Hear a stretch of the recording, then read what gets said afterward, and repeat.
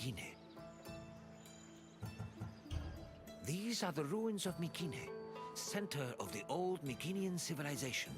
It was home to great warriors and heroes. In many ways, places like Athens and Sparta stand on the shoulders of its accomplishments. This tour will take you through its ruins and introduce you to its most important monuments, revealing its history in the process. I hope you enjoy yourself.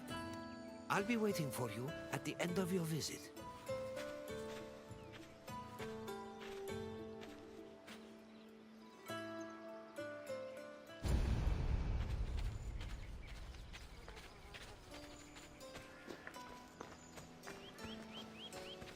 The Mycenaean civilization flourished in the Late Bronze Age between 1600 and 1200 BCE. During this period, it was mainly located in the Peloponnese and central Greece. Mycenaeans were known for exploring distant lands. Notably, they battled the Hittite allied city of Walusa in a conflict that was believed to be the inspiration for Homer's Trojan War. But the Mycenaean people didn't only travel to fight. They learned much from their neighbors, the Minoans of Crete, such as how to write syllabic script on clay tablets. Such tablets provide evidence that Mycenaeans spoke an early form of Greek. They also tell of how great Mycenaean kings ruled over their warriors from opulent palaces in places like Mycenae, Thebes, and Knossos.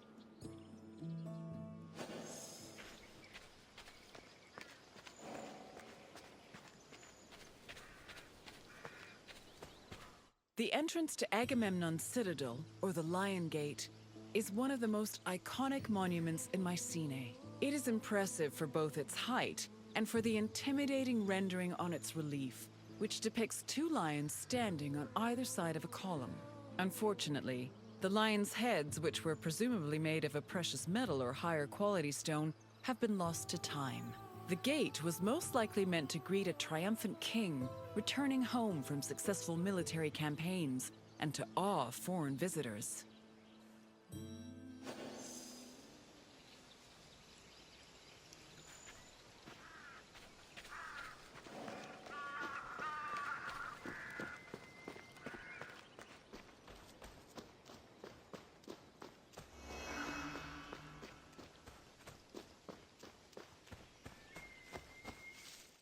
When these shafts were discovered by archaeologist Heinrich Schliemann in 1876, he believed the 6 gold-filled graves to be connected with the family of the great king Agamemnon, even going so far as to proclaim a gold mask he found within to be the death mask of Agamemnon. However, this was refuted by later excavations, which showed that the 19 bodies buried in the shafts dated back to a few hundred years before Agamemnon was even born. In fact, at the time of the body's burial, the Lion Gate and the citadel walls had not even been built yet.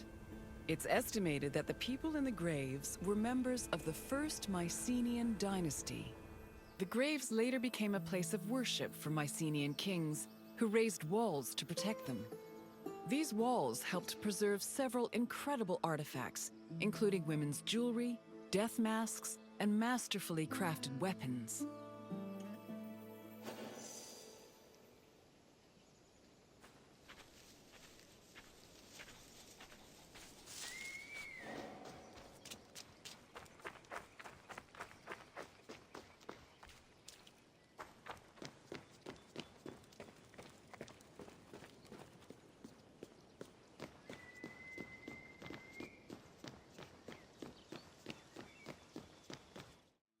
By 1250 BCE, Mycenae was at the height of its power, and its living quarters and workshops were numerous. Houses were built everywhere, from the top of the palace's hill near the king's residence, to the slopes and terraces within the walls, to the nearby hills outside the citadel. At one point, the citadel's walls even had to be enlarged to make room for more quarters. The people who lived inside the citadel were those with high status in either the military, religious, or administrative sectors of the kingdom. This is reflected by the ceramic and metal vessels inside the houses, as well as their painted plastered walls.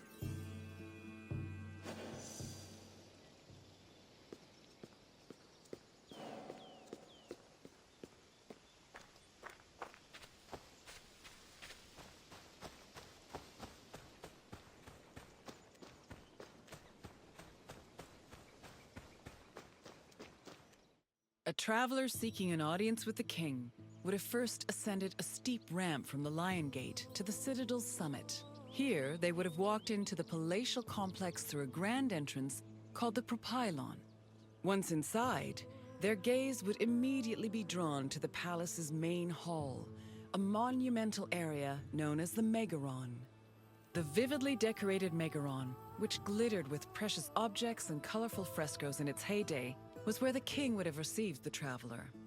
If the king was feeling generous, he would have shared with the visitor the palace's most marvelous feature, its commanding and majestic view, which stretched from the plain of Argolis to the gleaming Aegean Sea.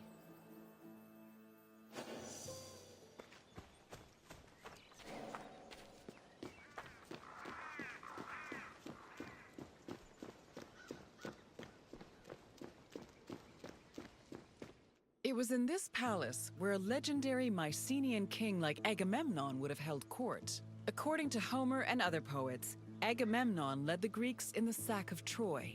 Stories say that he was a fearsome warrior on par with Achilles, but also an overly ambitious and arrogant ruler. He sacrificed his own daughter, Iphigenia, to convince Artemis to grant his ship's passage to Troy. After conquering the city, he returned to Mycenae with mounds of riches, and a Trojan named Cassandra as his concubine. Agamemnon's wife, Clytemnestra, was not pleased with her husband's sacrifice of their daughter. She plotted to murder her husband out of anger. The plot was successful, and, depending on the version of the story, Agamemnon was either murdered in his bath by Clytemnestra or killed by his cousin Aegisthus during a banquet.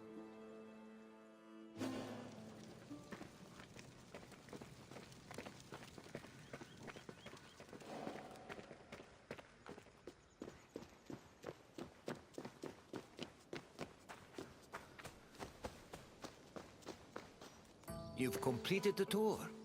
I trust it was an eye-opening experience.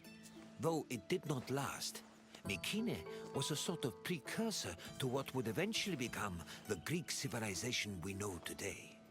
It's important we remember them, if only to avoid repeating their mistakes. Now, what else would you like to do? Then, I suppose this is farewell. At least for now. Safe travels.